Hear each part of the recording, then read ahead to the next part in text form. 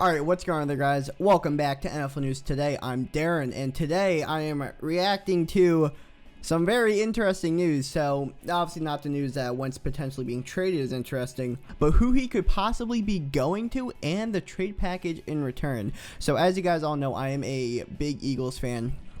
I've gone on this multiple times. So, obviously I will speak strongly of this subject. So, Carson Wentz last year, 2020.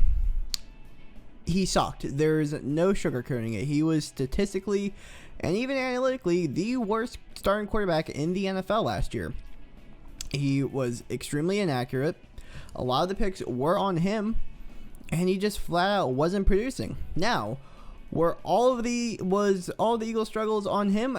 I would say no. I do believe that Peterson's system was very, very, very bad.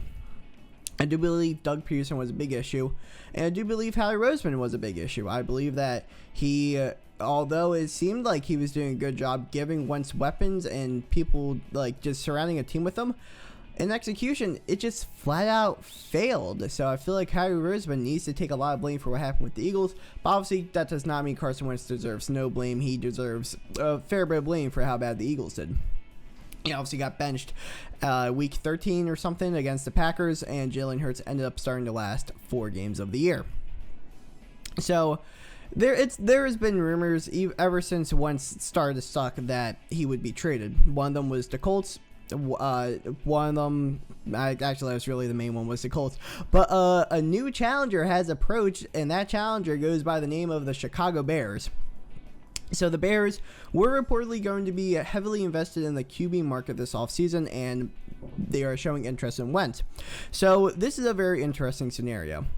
I do believe Wentz still has some potential. He's 28. You've seen how good he can be. I feel like last year really doesn't show the kind of QB he was. Do I think he can be a great QB? Maybe. I do believe he can still be a good quality starting QB that can maybe lead a team to the playoffs. Him going to Chicago will not help that. Allen Robinson is leaving. They have really no true number one wide receiver. Darnell Mooney, he is a disgusting route runner, but is really best as a number 2 wide receiver. And Anthony Miller is a really good slot option. You have no true number 1 wide receiver. Cole Kmet is a young tight end who is still yet to prove himself, and Jimmy Graham is very old. And the offensive line situation is terrible in Chicago. Sure, defense is still kind of good, but even then, Moving on to like Matt Nagy, he is really similar to Peterson. So if Wentz wasn't exactly the best buds with Peterson, why would he be best buds with Nagy? Their systems are very similar, which I do believe was a big factor in Carson Wentz's play this year. Him to the Bears makes no sense, especially just with how that team is going. It just really makes no sense to me. But let's talk about the trade package that could be offered. So it's reported that it's going to be Wentz and maybe a mid-round pick, maybe. And it was reported that it was going to be a first-round pick, presumptively this year, Tariq Cohen, and Nick Foles. So obviously the first-round pick, everybody likes a first-round pick. You know, it's you're banking on getting one of the top players in the draft. Eagles already have the 6th pick, so adding the 20th pick to their arsenal would not be a bad idea. However, you then get Nick Foles. So, obviously Nick Foles, he went on that incredible playoff run in 2017 and won the Eagles their first Super Bowl. However, that lightning ran out of the bottle extremely quick. He very rarely shows flashes. He is very much a system quarterback. And if Jalen Hurts is a presumptive starter, I think Nick Foles is probably one of the last people you want to have backing him up. You look at a guy like Jalen Hurts, he's super mobile, and you know he's going to use his legs to gain yards. I feel like this with every backup quarterback, but especially with mobile quarterbacks. A backup quarterback should be a instant plug-and-play option for your current quarterback. So why would you get someone like Foles, who is like 6'6" and runs like a 6-second 40-yard dash, to back up Jalen Hurts, who uses his legs a lot and you can probably run a lot of read options with?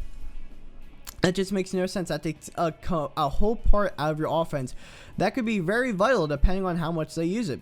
So that really makes no sense to me, nor do I really think Foles is a spectacular quarterback. I really don't even think he's that good. And then you also want to add Tariq Cohen into the mix. Cohen tore his ACL last year. He's very much a receiving back more than a running back. And you could probably get someone a lot cheaper in re-signing Boston Scott.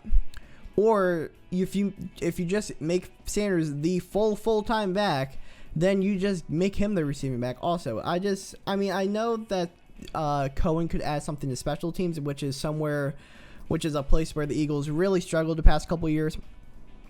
But you have someone like Cohen in Boston Scott, who's going to be a restricted free agent. You can get him for so much cheaper and probably get the same amount of production out of him than trading for Cohen. So that really makes no sense to me why they would even think about trading for Cohen.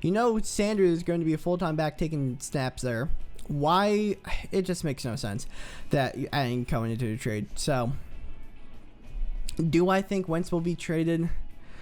Probably. I really don't think he should, because I feel like the main problem with Wentz did not do good. I feel like he is fixable though.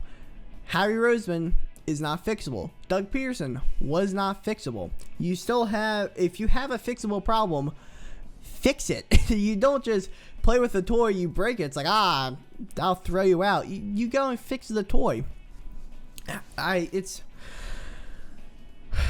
feel like Carson Wentz still has a lot of potential, and especially when you go through the painstaking process of firing your head coach and hiring a new one whose main intentions is to fix Carson Wentz, and then you go and trade him. It just makes no sense to me. Like, that is just makes zero sense.